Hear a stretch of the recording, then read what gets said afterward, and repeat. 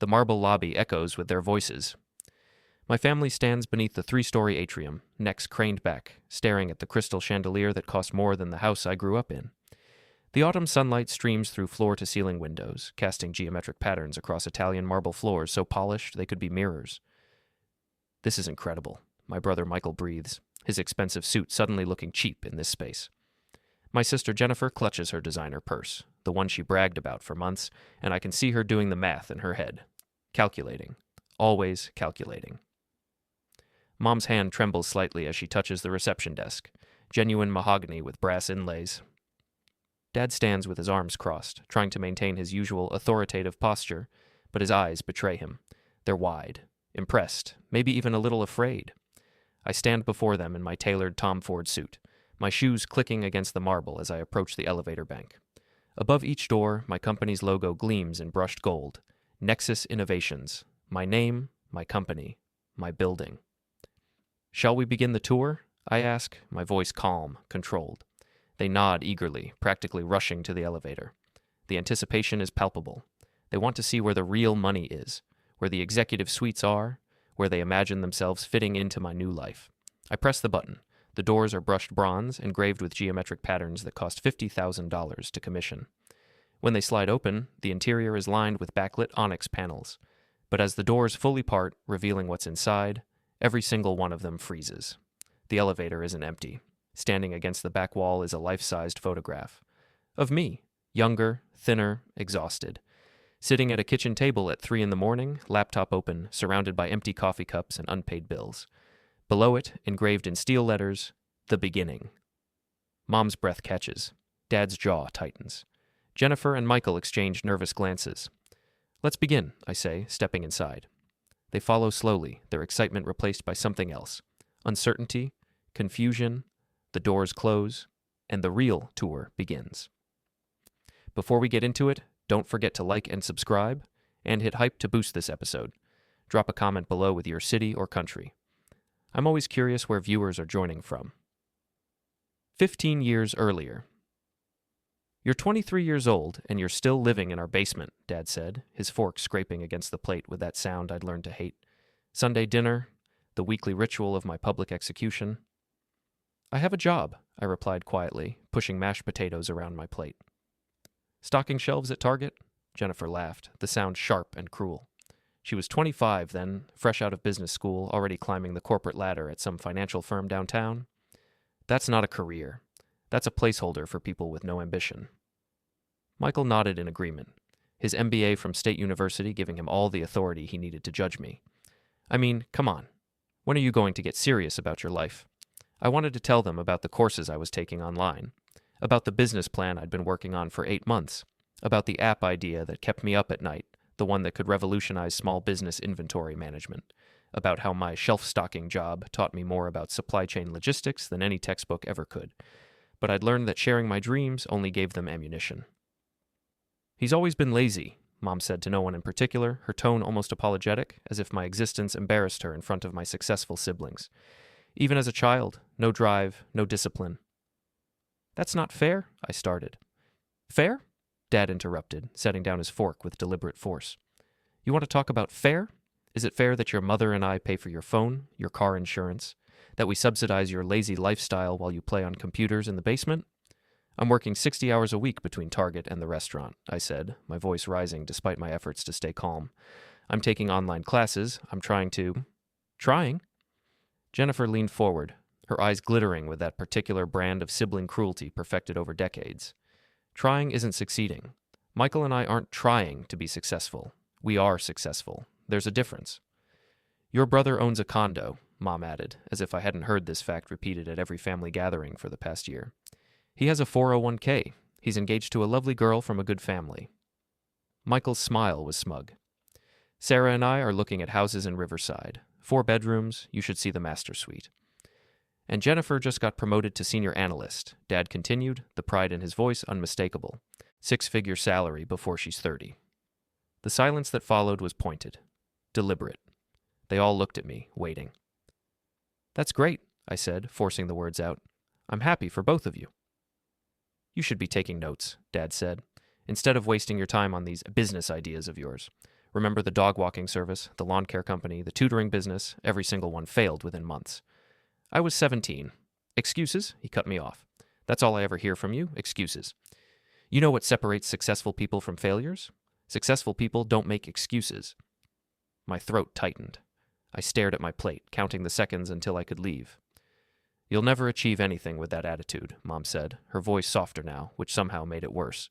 Pity was more painful than contempt. You're a dreamer, and dreamers don't feed families. 2 years later. So you're quitting Target? Dad's voice on the phone was ice. To do what exactly? I sat in my car in the Target parking lot, my employee badge still hanging around my neck, my final paycheck in my pocket. I'd just finished my last shift. 26 years old, 2 jobs, and I just quit the one with benefits because I needed more time. I told you, I got a contract job doing web development for... Contract work isn't stable, he interrupted. Do you have health insurance, a retirement plan, any benefits at all? Not yet, but... Then you're an idiot. You had a steady job. Maybe it wasn't glamorous, but it was steady. And you threw it away for what? More daydreaming? Through the phone, I could hear Mom in the background. Tell him to come home. Tell him we'll help him get back on track. Back on track. As if I were a derailed train instead of a person making calculated decisions about my own life. I'm not coming home, I said. I'm moving in with 2 roommates in the city. The rent is cheaper than you'd think, and I'll be closer to opportunities. Opportunities? Dad scoffed. You're 26 years old and moving into an apartment with roommates like you're still in college. Do you know where Michael is right now? He's closing on his house. Where Jennifer is? She's in London for a business conference. And you? You're throwing away job security to chase another fantasy. It's not a fantasy. I've been building a portfolio. I have clients. This could actually... When are you going to grow up? His voice wasn't angry now. It was tired, disappointed, which was somehow worse. When are you going to accept that you're not special? You're not going to build the next Facebook. You're not going to be a millionaire. You're barely going to pay rent. The sooner you accept your limitations, the sooner you can build a real life. I sat in that parking lot for an hour after he hung up, staring at the Target logo, wondering if he was right, wondering if I was delusional, wondering if I should call and beg for my job back. But I didn't. I started the car and drove to my new apartment with my 2 garbage bags of clothes and my laptop. The only things that really mattered. 4 years later. The Thanksgiving table was an exercise in humiliation. It always was, but this year felt particularly brutal. Michael and Sarah had just announced their pregnancy. The table erupted in congratulations, tears, hugs. Dad actually cried. Mom immediately started planning the baby shower. Jennifer had just gotten engaged to Richard, some hedge fund manager who drove a Tesla and talked about market opportunities. With the kind of confidence that came from never having failed at anything. And then there was me, 30 years old, single, living in a studio apartment that smelled like the Thai restaurant downstairs, working freelance web development jobs that barely covered rent. And what about you? Aunt Carol asked, her smile predatory. She knew exactly what she was doing. Any exciting news? All eyes turned to me. I'm working on something, I said, trying to keep my voice steady. A software application for small businesses. Inventory management and point-of-sale integration. I've been developing it for 2 years now, and I'm close to launching... Another app, Michael interrupted, shaking his head. Dude, there are 1 million inventory apps already. This one's different. It uses machine learning to predict... Machine learning, Jennifer said the words like they tasted bad. You learned machine learning from YouTube videos and online courses. Meanwhile, Richard here, she placed her hand on her fiancé's arm, has a team of MIT graduates working on his fund's algorithmic trading platform. Richard smiled modestly. Different applications, really, but yes, machine learning in the fintech space is quite different from small business solutions. The implied insult was clear. Your little app is child's play compared to real technology. I think it's nice that he has hobbies, Mom said, her tone gentle, which made it cut deeper. Not everyone needs to be a high achiever. The world needs regular people, too. Regular people with regular jobs, Dad added. Maybe it's time to let go of the entrepreneur fantasy and find something stable. Michael's company is hiring in their IT department. It's entry-level, but it's a start. Entry-level, at 30, reporting to people younger than me, letting my little brother get me a job out of pity. I don't need help, I said quietly. Pride, Dad said, his voice hard now. That's your problem. Too much pride to accept help, too lazy to succeed on your own. You know what that makes you? Stuck. Jennifer leaned back in her chair, wine glass in hand, her engagement ring catching the light. Remember when he said he was going to be a millionaire by 25? That was adorable. The table laughed. Not cruel laughter exactly, but not kind either. The laughter of people who've heard the same joke too many times. I excused myself to the bathroom and stood there for 10 minutes staring at my reflection. My eyes were tired. My shirt was from Target, 3 years old, fraying at the collar. My hands were shaking. I pulled out my phone and looked at my bank account. $847. Then I opened the folder containing my application's code, 2 years of work, thousands of lines, late nights, sacrificed relationships, missed opportunities. Was I delusional? Was I wasting my life? The phone buzzed. A text from Jennifer. You okay? You've been in there a while. Don't do anything dramatic, LOL. Even my potential emotional breakdown was a joke to them. I splashed water on my face, straightened my shirt, and returned to the table. There he is. Michael raised his glass. We were just talking about the baby nursery. You should come help paint when you have time. Lord knows you've got plenty of that. More laughter. I smiled, nodded, played my role, and I decided something in that moment.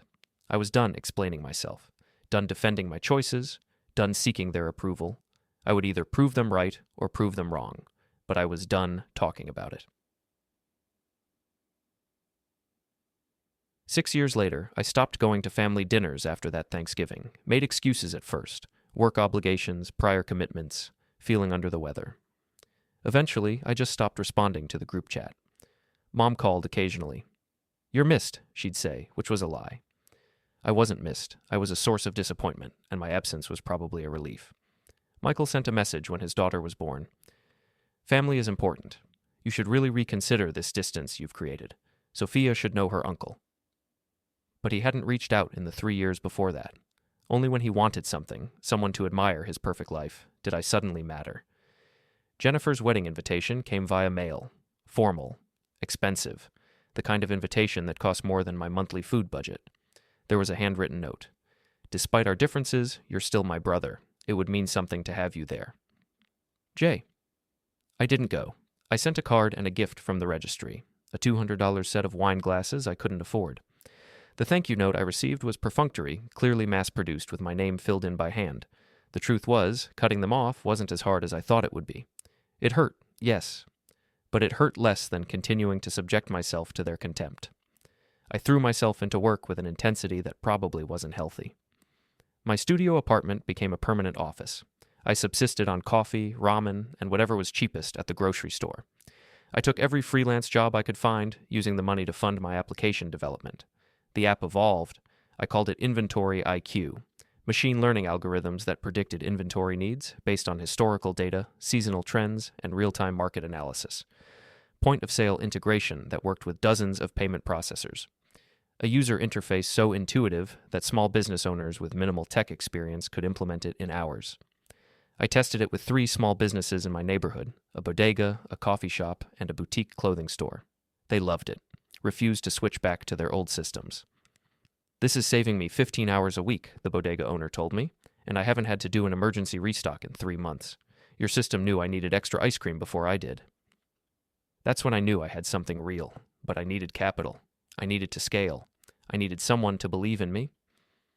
I spent 6 months pitching to venture capitalists, took meetings in coffee shops because I couldn't afford office space, wore the same suit to every meeting, the one decent suit I owned, bought at a thrift store and altered to fit. The rejections were brutal, professional but brutal. The market's too crowded. Your projections are too optimistic. Come back when you have more users. You don't have the right background.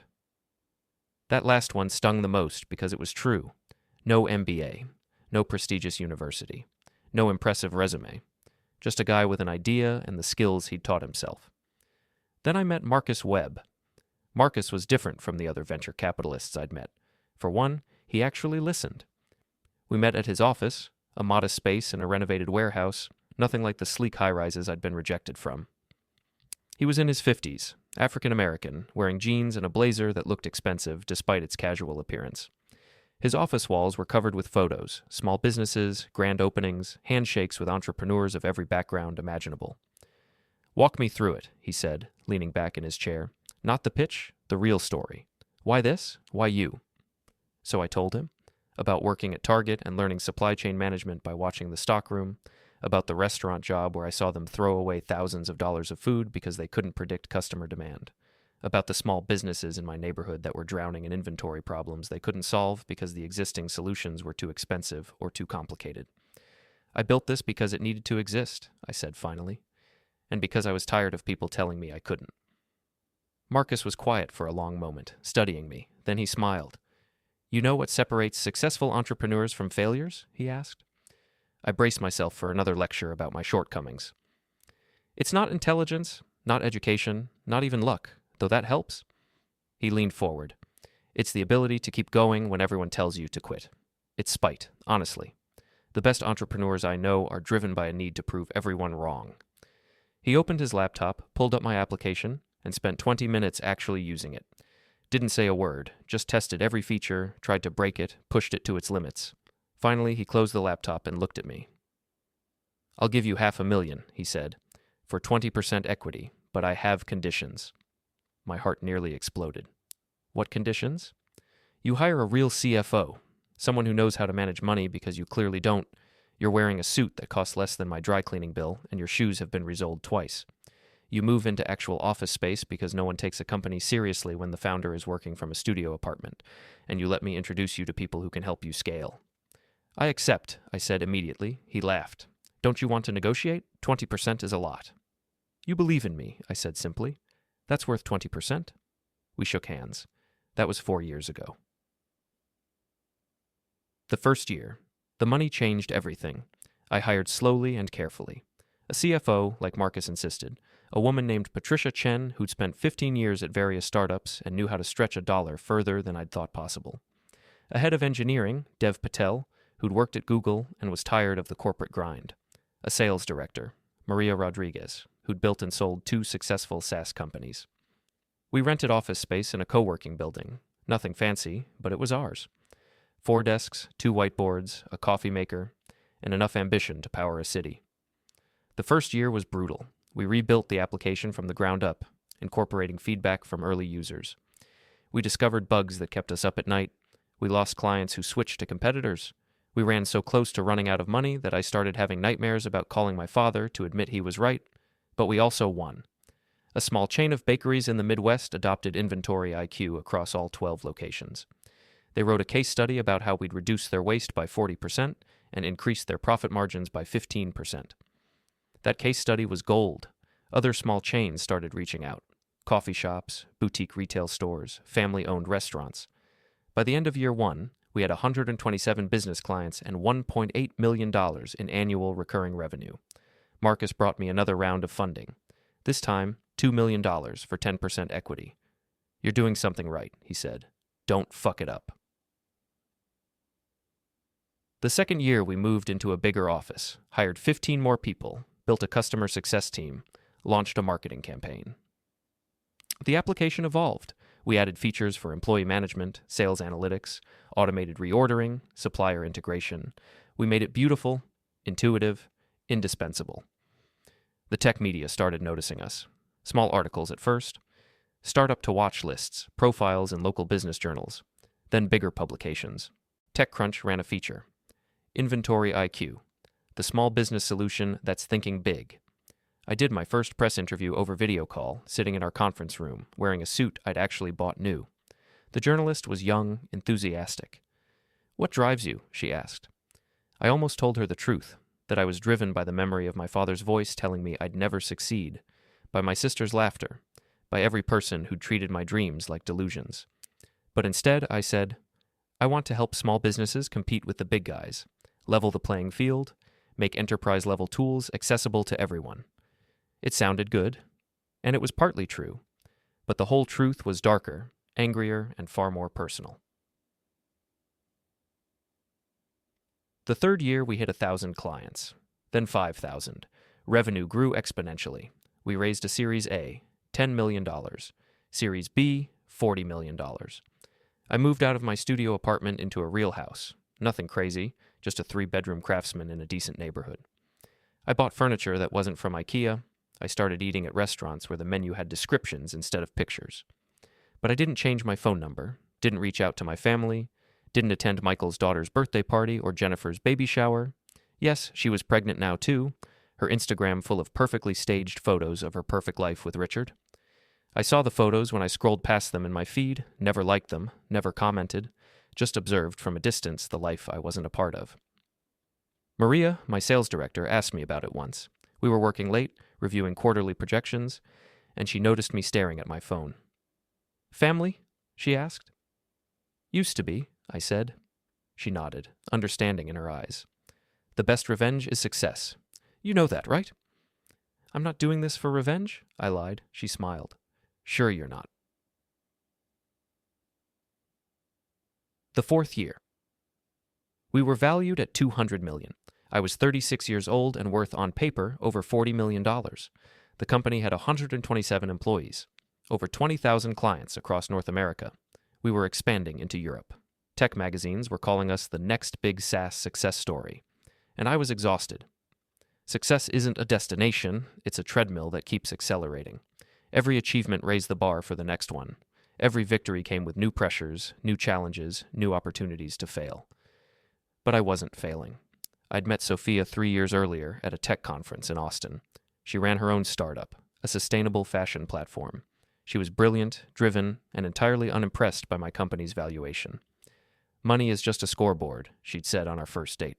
"What matters is whether you're building something meaningful." We got married in a small ceremony in Napa.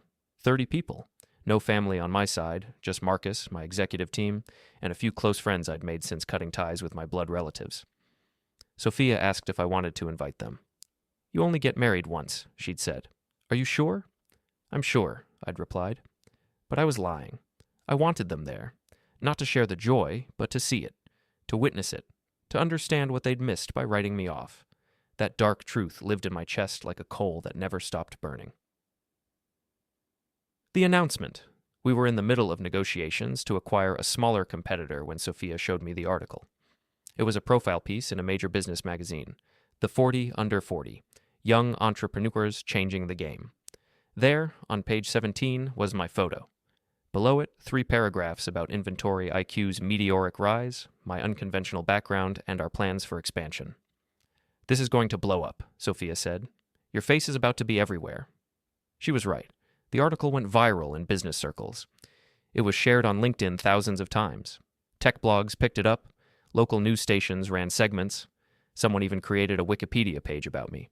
And then my phone started buzzing. First, a text from Michael. Dude, just saw the article. This is insane. We need to talk." Then Jennifer. "I had no idea you'd done so well. We're so proud of you." Then Mom. "Sweetheart, we saw the article. Call me when you can. We miss you so much." Then Dad. "Son, we should talk. I think there's been a misunderstanding about our relationship. Oh, family is important." I stared at the messages, reading them over and over. Sophia watched me carefully. "What are you thinking?" "That they never once asked how I was doing in 6 years," I said quietly. "But now that I'm successful, suddenly they miss me." "Are you going to respond?" I thought about it for a long time. Part of me wanted to ignore them, to let the silence speak for itself. But a larger part of me, the part that still carried every insult, every dismissal, every moment of being treated like a failure, wanted something else. I wanted them to see it, all of it. I wanted them to stand in the middle of my success and understand exactly what they doubted. "Yeah," I said finally. "I'm going to respond." The messages kept coming. Not just texts now, but emails, LinkedIn messages, even a handwritten letter from Mom that arrived at my office. How she got the address, I had no idea. Each message was a variation on the same theme: pride, congratulations, expressions of love, and subtle hints about wanting to reconnect. Michael's message was the longest. "I know we've drifted apart, and that's on both of us. But blood is blood, man. Sophia and Maya need to meet their uncle.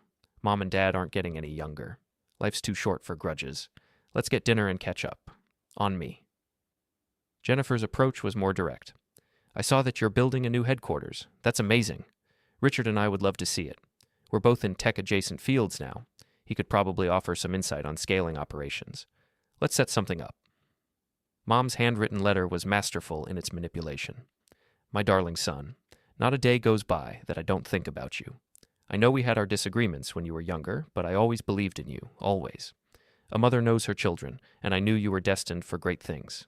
Your father and I would love to see you, to hear about your journey in your own words. Please don't let pride keep us apart. Life is so fragile. Let's not waste what time we have left." Dad's email was characteristically formal. "I've been following your company's progress with great interest. While we may have had different perspectives on your career path in earlier years, your success speaks for itself.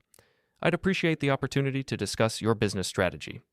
My experience in management may provide valuable insights. We should schedule a meeting at your earliest convenience."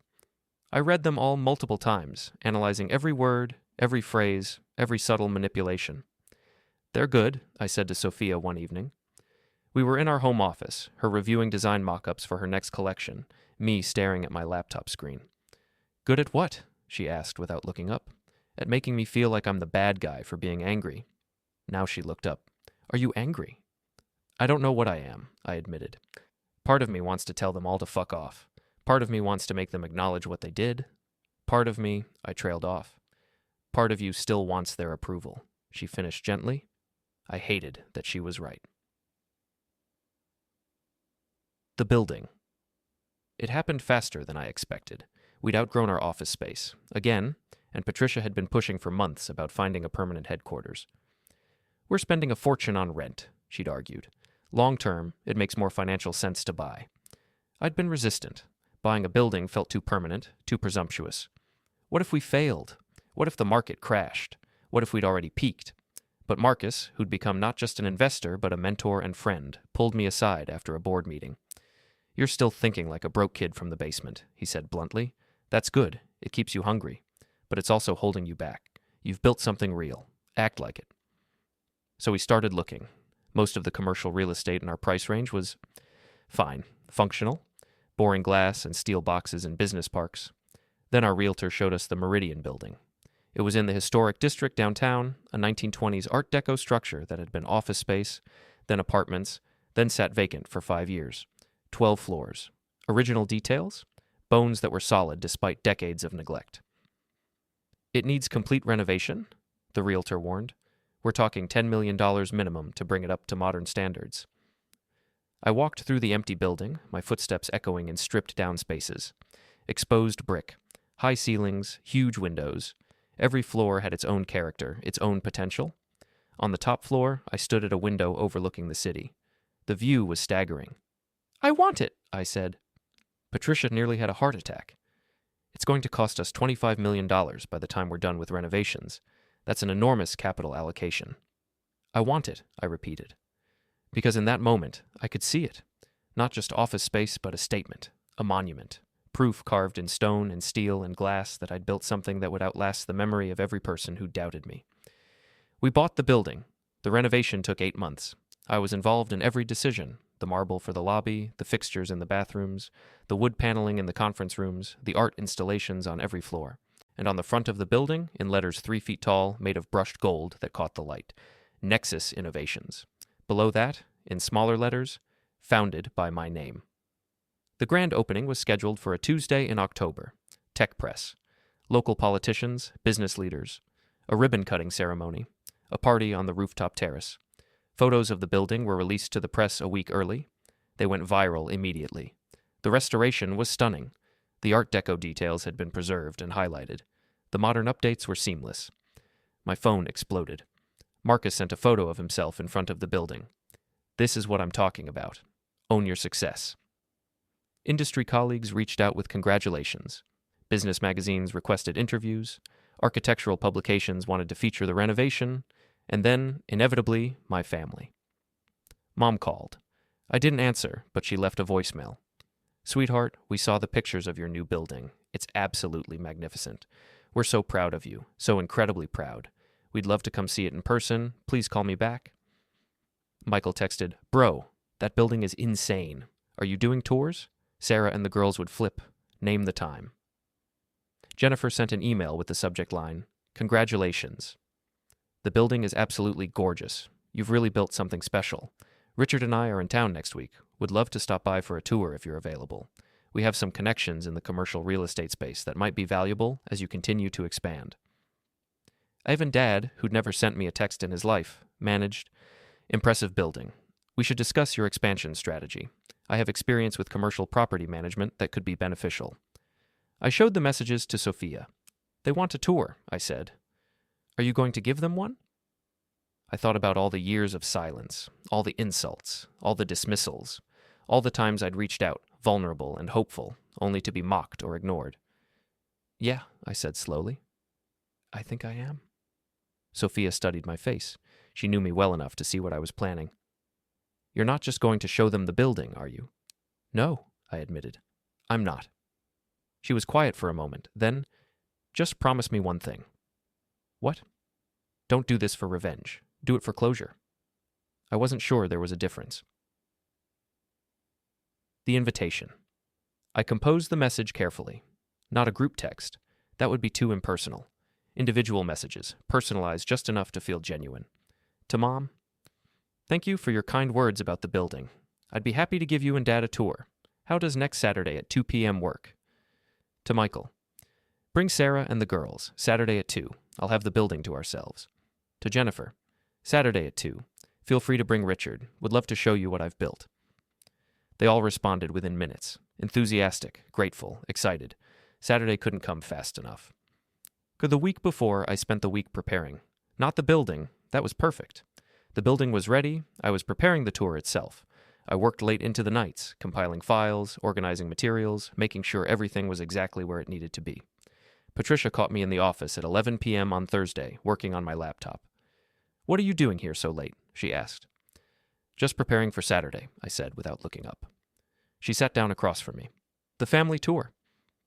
I'd told my executive team about it in our weekly meeting, explained that I was reconnecting with estranged family members, giving them a building tour. They'd seemed pleased. Maria had even said something about how success changes relationships for the better. But Patricia, who'd spent more time with me than anyone else at the company, knew better. You're planning something, she said. I'm planning a tour. You've been working on this for 3 days. A tour doesn't take 3 days of preparation. She paused. Are you sure this is a good idea? Probably not, I admitted. But you're doing it anyway. I need to, I said, finally meeting her eyes. I need them to understand. She nodded slowly. Just remember that the best revenge is living well. You've already done that. You don't need to. I know what I need, I interrupted, more harshly than I intended. Sorry, I need this. Patricia stood up, gathered her things. Okay, but for what it's worth, I think you're better than this. Better than they'll ever understand, regardless of what you show them. After she left, I sat alone in my office, the city lights glowing through the windows, and wondered if she was right. But I kept working. Saturday arrived with perfect autumn weather. Clear skies, crisp air, the kind of day that made the city look like it belonged in a magazine spread. I arrived at the building at noon, 2 hours early. Walked through every floor, checking, adjusting, preparing. Everything had to be perfect. Sophia had offered to come, to provide moral support, but I'd declined. This is something I need to do alone, I'd told her. She'd kissed me goodbye that morning with a worried look in her eyes. Call me when it's over. At 1:55 p.m., I stood in the lobby, wearing a charcoal suit that cost more than my first car, and waited. They arrived together, all of them. Apparently, they'd coordinated, met up beforehand, arrived as a unified family unit. Michael and Sarah came through the doors first, their 2 daughters, Sophia and Maya, ages 6 and 4, holding their parents' hands. The girls wore matching dresses, their hair in elaborate braids. Jennifer and Richard followed, her in a designer outfit that probably cost $3,000, him in the kind of casual, expensive clothes that only the wealthy can pull off, jeans that cost more than most suits, a sweater that was definitely cashmere. Then Mom and Dad. They'd aged since I'd last seen them. Dad's hair was completely gray now. Mom had more lines around her eyes. But they still carried themselves with that same authoritative certainty. For a moment, we all just stood there, staring at each other across the marble expanse. Then Mom broke the silence, her voice catching. Oh, sweetheart. She rushed forward, pulling me into a hug that felt both familiar and alien. She smelled like the same perfume she'd worn my entire childhood. I stood rigid, arms at my sides. Let me look at you, she said, pulling back, hands on my shoulders. You look wonderful, successful, happy. Dad extended his hand. A handshake. Even now, after 6 years, he couldn't manage more than that. I shook it. Son, he said, the building is impressive. Michael came next, pulling me into a quick bro hug, the kind where you grip hands and bump shoulders. Dude, this is insane. You've really made it. Sarah smiled warmly. It's so nice to finally meet you. Michael's told me so much. I doubted that was true, but I smiled back. The girls stared at me with wide eyes. Are you really our uncle? Sophia asked. I am, I said. Michael didn't tell us he had a brother, Maya added. There was an awkward silence. Michael laughed uncomfortably. Of course I did. You just don't remember. Jennifer's hug was brief, perfunctory. Congratulations on all this, she said, gesturing vaguely at the lobby. Really impressive. Richard shook my hand with a firm grip. Richard Castellano. Heard a lot about your company. Very impressive growth metrics. They all stood there, taking in the lobby. The 3-story atrium, the crystal chandelier, the marble floors, the original brass fixtures polished to a mirror shine, the modern art installations, the living wall of plants that cost $15,000 a month to maintain. I watched them absorb it, saw the calculations happening behind their eyes, saw them recalibrating their understanding of who I was, what I'd become. This is beautiful, Mom breathed. Like something from a movie. The restoration work must have been extensive, Dad said, running his hand along the marble reception desk. What was the capital expenditure? $23 million, I said casually. All in. Jennifer's eyes widened. For one building? It's not just a building, I replied. It's our headquarters, our brand, our statement.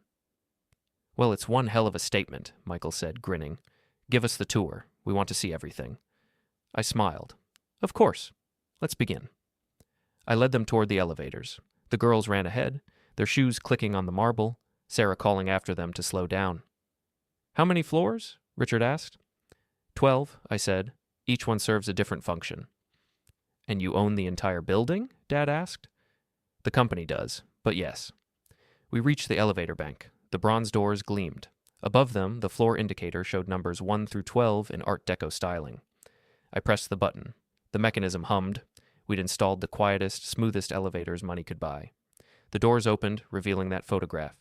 Me, younger, exhausted, at the kitchen table. The caption, The Beginning. Mom gasped. Is that you? 7 years ago, I said, stepping inside. When I was building the first version of Inventory IQ in a studio apartment. They filed in slowly, staring at the image. The elevator was spacious. It could hold 12 people comfortably. But with all of us inside, it felt crowded, intimate. I remember that apartment, Michael said quietly. We thought you were crazy. You told me I was crazy, I corrected. The doors closed. I pressed the button for the second floor. We're starting at the bottom, I said, and working our way up. Floor 2. Operations. The doors opened onto our operations floor. It was bustling even on a Saturday. We ran a skeleton crew on weekends for urgent client support. The space was open concept, filled with standing desks, multiple monitors, ergonomic chairs.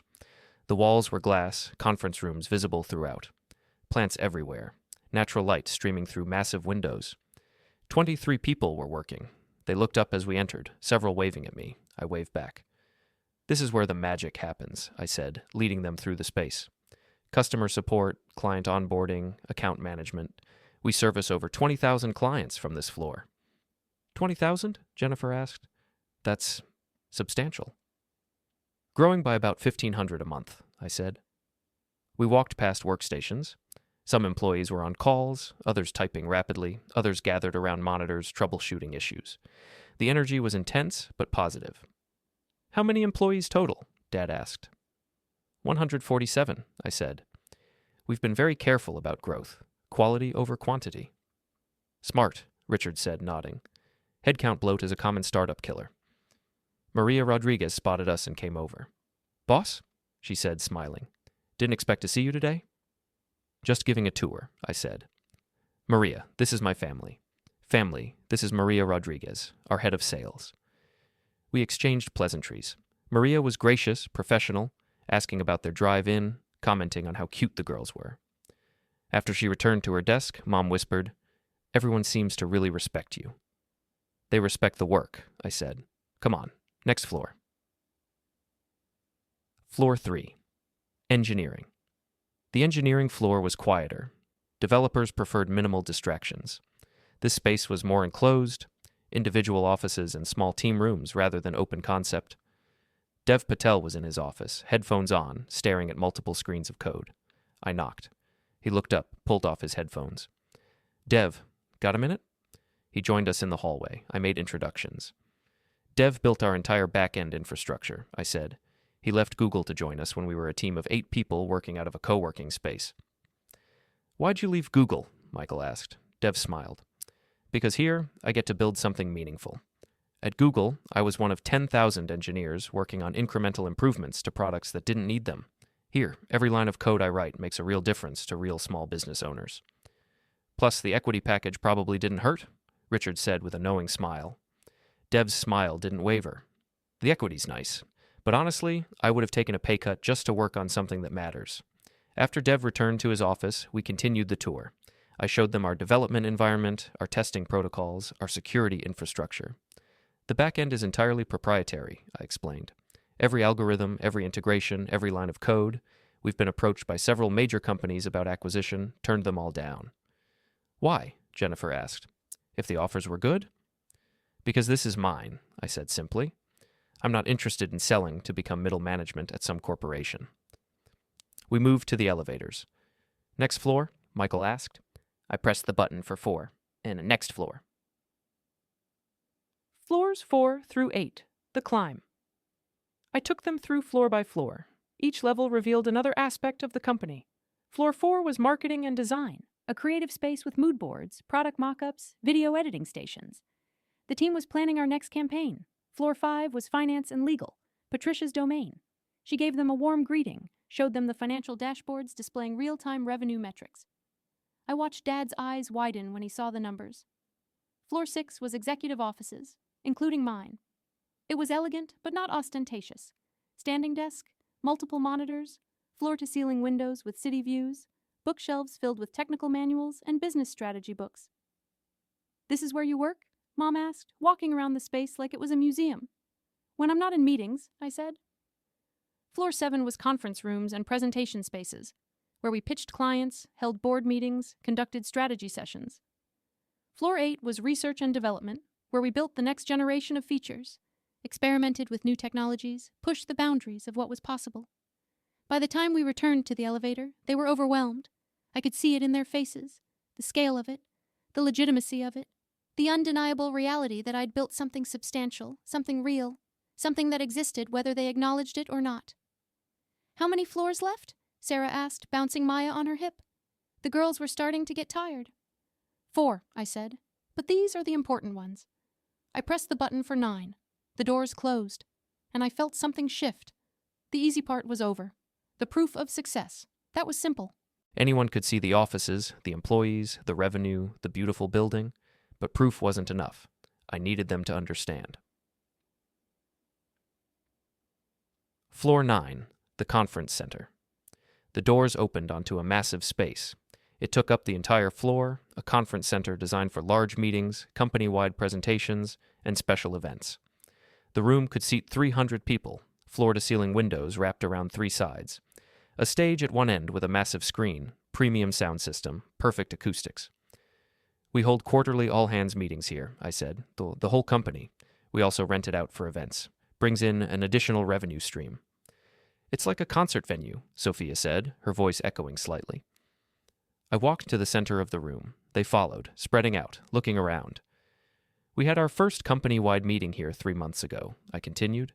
I stood on that stage and thanked everyone for their work, for believing in the vision, for helping build something that matters. I paused, letting them absorb the space. You know what I told them? I asked. They waited. I told them that success isn't given. It's built. Day by day, decision by decision, rejection by rejection.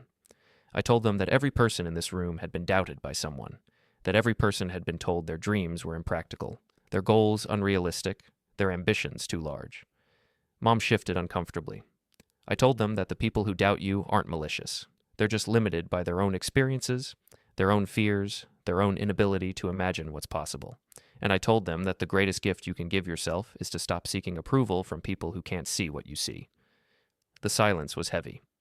That's very inspiring, Richard said finally. I smiled. Let's continue. Back to the elevator. I pressed the button for 10.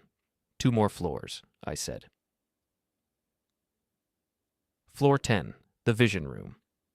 The doors opened onto something different. This wasn't office space, it was a museum. The walls were covered with artifacts from the company's history. The first business plan, handwritten on notebook paper, screenshots of the earliest version of Inventory IQ, clunky and primitive, photos from the co-working space days, 8 of us crowded around 2 desks, celebrating our first big client. Rejection letters from venture capitalists framed like trophies, each one with a handwritten note underneath, wrong. Nope. Try again. Didn't believe. Articles charting our growth, the TechCrunch feature, the magazine profile, the Wikipedia page, and throughout, photos of me, working at Target, name tag visible, in my studio apartment surrounded by code, at pitch meetings wearing that thrift store suit, at the co-working space exhausted but determined, at our first real office, at the Series A announcement, at the Series B, a timeline of transformation. This is incredible, Michael said, walking along the walls. It's like a museum about your company. It's a reminder, I said, of where we came from, of what we built, of what was possible when someone believed. I stopped in front of a particular display. It was a photo of Marcus and me, shaking hands at our first meeting. Below it, text, Marcus Webb invested $500,000 when everyone else said no. He believed when belief was scarce. Every success this company achieves is built on that foundation of trust. He sounds like a great investor, Dad said. He's a great person, I corrected. The investment was just money. The belief was everything. I let them wander the floor, examining displays, reading articles, seeing the journey. Finally, I called them back to the elevator. One more floor, I said. Mom's smile was uncertain now. What's on the last floor? The truth, I said simply. I pressed the button for 11. The elevator rose, slowly. The mechanism seemed to take longer than usual, though I knew it was just my perception. Time stretching, my heart pounding. This was it, the moment I'd been building toward, the reason I'd invited them, the reason I'd spent nights preparing. Sophia had asked me not to do this for revenge, to do it for closure, but as the elevator climbed, I realized I didn't know the difference anymore. The doors opened, the floor was dark, not pitch black, but dim, mood lighting along the baseboards. The windows were tinted, reducing the natural light. They stepped out slowly, uncertain. The girls clutched their mother's hands. What is this? Jennifer asked, her voice hushed. I didn't answer. Instead, I walked to the center of the room and pressed a button on a remote control. The room came to life. Light panels illuminated along the walls. And on those panels, projected, printed, displayed in high resolution, were screenshots, text messages, emails, photos, videos, all of them featuring my family, all of them from the years I'd been trying to build something. The first panel lit up. A screenshot of a family group chat. Dad. Saw my name at Target today. He's still working there at 23. Embarrassing. Michael. Did you ask him about his business plan? LOL. Jennifer. Some people are just meant to be workers, not leaders. Mom gasped. What is this? Keep looking, I said quietly. The next panel illuminated. A video clip. Thanksgiving dinner 6 years ago. Someone, Michael I think, had been recording a toast. In the background, clear as day. Jennifer's voice. Remember when he said he'd be a millionaire by 25? That was adorable. The table laughing. My empty chair visible in the frame. Another panel. An email from Dad to Michael, forwarded to Jennifer. I'd found it years later when Michael accidentally CC'd me on something, and I'd looked back through the thread history. Dad. Your brother called asking for advice about his app. I told him to get a real job. At some point, we have to stop enabling his delusions. He needs to hear hard truths. Michael. Agreed. Tough love is still love. Another, a text from Mom to Jennifer. Mom. Do you think my name has depression? He seems so detached from reality with these business fantasies. Maybe we should stage an intervention. Jennifer. Maybe he's just lazy. Not everyone can be successful. That's okay. Panel after panel. Year after year. A greatest hits collection of every dismissive comment, every mocking joke, every time they'd written me off as a failure. The final panel was the largest. It showed a Christmas card from 2 years ago, after I'd already raised my Series A, after the TechCrunch article, after I was already worth millions on paper. The card was addressed to the family. It included photos of Michael's family, Jennifer's engagement photos, Mom and Dad on a cruise. I wasn't in it. Below the card, text I'd added, Received December 2022. I wasn't invited to Christmas. Wasn't mentioned in the family letter. Didn't exist in the family photo. Because I was still just the lazy one. The silence was absolute. Sarah was crying quietly, her hand over her mouth. The girls looked confused, too young to understand what they were seeing, but old enough to sense the tension. Michael's face was red. Dude, we were joking. You know we were joking. Were you? I asked calmly. Because I have 6 years of jokes. 6 years of texts I saved, emails I archived, videos I kept, all of it saying the same thing, that I was worthless, that I'd fail, that I wasn't good enough to be part of this family. That's not fair, Jennifer said, her voice shaking. You're taking things out of context. What context makes it okay? I asked. What context makes it okay to tell someone they'll never achieve anything, to laugh at their dreams, to exclude them from family events because they embarrass you? We were trying to help you be realistic, Dad said, but his voice had lost its authority. The world is hard. We didn't want you to get hurt by unrealistic expectations. No, I said, my voice rising for the first time. You didn't want to be embarrassed by me. You didn't want to deal with the discomfort of having a family member who hadn't succeeded yet. So you wrote me off, erased me, pretended I didn't exist. Mom was crying now too. Sweetheart, we always loved you. We just wanted you to be happy. I'm not sure you know what that word means, I said coldly, because the happiness you wanted for me looked like giving up, accepting limitations, becoming someone small enough to fit into your narrative. I walked to the center of the room, surrounded by the evidence of their rejection.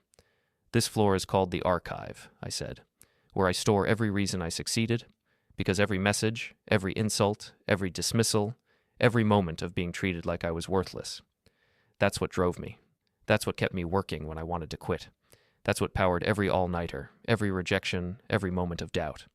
So what? Michael said, anger replacing his shame. You're successful now. Congratulations. You proved us wrong. Is this really necessary? Rubbing our faces in it? Yes, I said simply. Because I need you to understand something. Your love was conditional. Your support was conditional. Your belief in me was conditional on me succeeding in ways you approved of, on timelines you found acceptable. That's not love. That's control. Richard, who'd been silent this entire time, spoke up. This is incredibly petty. I laughed. You're right, it is. But you know what else is petty? Excluding your brother from Christmas because he works at Target. Mocking someone's dreams at family dinners. Telling someone they're too lazy to succeed while they are working 2 jobs and teaching themselves to code. We made mistakes, Mom said, her voice breaking. We're human. We made mistakes. But we're here now. Doesn't that count for something? You're here because I'm successful, I corrected. You're here because my face was in a magazine. You're here because you can finally be proud of me now that I've proven I'm not an embarrassment. But where were you 6 years ago? Where were you when I needed support, not after I'd already succeeded? No one had an answer. The girls were crying now, scared by the adult emotions they didn't understand. Sarah was trying to comfort them, shooting me looks that were equal parts angry and devastated. I think we should go, Jennifer said quietly. We're not done, I said. 1 more floor. I don't think we need to see anything else, Dad said, his voice hard. The shame was being replaced by anger now, the anger of someone caught, exposed, forced to confront uncomfortable truths. Just 1 more, I said, pressing the elevator button. You came for a complete tour. Let's complete it. The ride up to floor 12 was silent, except for Maya's sniffling. Sarah was whispering to her, trying to soothe her, but the little girl was beyond comfort. Michael wouldn't look at me. Jennifer stared at her shoes. Richard looked like he wanted to be anywhere else. Mom kept crying quietly. Dad's jaw was clenched so tight I could see the muscles working. The elevator dinged. Floor 12. The doors opened onto something completely different from the rest of the building. This wasn't a creative space or an office floor or a museum. It was a law firm. Mahogany furniture, leather chairs, walls lined with legal books, the kind of space that screamed money and power and consequences. 3 people were waiting. My attorney, Catherine Morrison, my estate planner, James Chen, and Marcus, who'd insisted on being here for this part. Welcome to floor 12, I said, stepping out. This is where my legal team works. Catherine stepped forward, professional smile in place. Good afternoon. I'm Catherine Morrison, Mr. Last Name's attorney. Why do we need to meet your attorney? Michael asked, suspicion heavy in his voice. Because there are legal matters to discuss, I said calmly. I gestured to the conference table. Please sit. We're leaving, Dad said firmly. Sit down, I said, my voice leaving no room for argument. Or you can read these documents without explanation. Your choice. The tone of my voice, something they'd never heard before, the voice I used in board meetings with people who tried to undermine me, made them move. They sat. The girls stayed close to Sarah, who looked like she might be sick. Richard pulled out his phone, probably texting someone about this disaster. Jennifer's hands were shaking. Catherine distributed folders to each of them, legal documents, bound and official. These are copies, she explained. The originals have already been filed with the appropriate courts and institutions. What is this? Mom asked, opening her folder with trembling hands. Estate planning documents, James Chen explained. Wills, trusts, beneficiary designations, power of attorney assignments. Michael flipped through the pages, his face going pale. This is your will. Correct, I said. Updated 3 months ago. Very thorough. My legal team spent 6 months getting every detail perfect. Why are you showing us this? Jennifer asked. But I could see she was already reading, already understanding. Because I want you to know, with absolute clarity, where you stand, I said. I want there to be no confusion, no misunderstanding, no false hope. Dad had found the relevant section. I watched his face change as he read it. Once, twice, 3 times, like he couldn't believe the words. You're excluding us, he said flatly. Completely. Yes, I said. All of us, Michael said, his voice hollow. Yes. But, Mom's voice was barely a whisper. But we're your family. No, I said, and my voice was colder than I'd ever heard it. You were people who shared my DNA. Family is something else. Family shows up. Family believes in you. Family loves you even when you haven't succeeded yet. I stood at the head of the table, looking down at all of them. My estate, everything I've built, everything I own, is structured as follows. 50% goes to Sophia, my wife. 20% is divided among my executive team and employees who've been with the company for more than 3 years. 20% goes to a foundation I'm establishing to help entrepreneurs from disadvantaged backgrounds get seed funding. 5% goes to Marcus Webb. The final 5% goes to various charities. And us? Jennifer asked. Nothing, I said simply. Not a share of the company, not $1 of inheritance, not access to any family trusts or assets. Your names appear in this document exactly once, in the section labeled Explicit Exclusions. You can't do this, Dad said, but there was no conviction in his voice. I absolutely can, Catherine interjected, and have. These documents are legally binding and have been structured to withstand any challenge. Should any party attempt to contest these arrangements, there's a clause that triggers penalties. Penalties? Richard asked, his professional interest momentarily overriding his shock. Any legal challenge to these estate plans will result in a public disclosure of the reasons for exclusion, Catherine explained, including the documentation currently displayed on floor 11. It would become part of the public court record. The implications settled over them like concrete. So, if we fight this, Michael said slowly, everyone finds out how we treated you. Exactly, I said. That's blackmail, Jennifer snapped. No, I corrected. That's consequence. I'm simply making sure you understand the full scope of your choices. You spent years making me feel worthless. Now you get to live with the results of that choice. Mom was sobbing openly now. Please, please don't do this. We made mistakes, but we can change. We can be better. Please give us a chance. A chance to do what? I asked. To pretend to love me now that I'm worth loving? To include me in family events now that I'm not an embarrassment? To finally be proud of me now that I've proven I'm not lazy? Yes, she said desperately. Yes, we'll do better. We're here now. We're trying. You're 6 years too late, I said quietly. I moved to the windows, looking out over the city. My city now, the place where I'd built something real, something lasting, something that would exist long after all of us were gone. I gave you so many chances, I continued, my back to them. Every time I called, every time I reached out, every time I tried to share what I was building, those were chances. And every single time, you chose mockery. You chose dismissal. You chose to make me feel small. I turned back to face them. So now you get to feel what I felt, I said. You get to be excluded. You get to be told you're not good enough. You get to wonder what you could have done differently. And most importantly, you get to live with the knowledge that you had someone in your family who succeeded, who built something meaningful, and you're not part of it. Not because I failed, but because you did. The silence was broken only by crying. Mom, Sarah, even Jennifer now. The documents also include some additional clauses, James added quietly. No contact provisions. If any of you attempt to contact Mr. Zeig's last name without his explicit written invitation, it will be considered harassment and will result in legal action. You're cutting us off completely, Dad said. Forever. Yes, I said. What about the girls? Michael asked desperately, gesturing to his daughters. They're innocent in this. They're your nieces.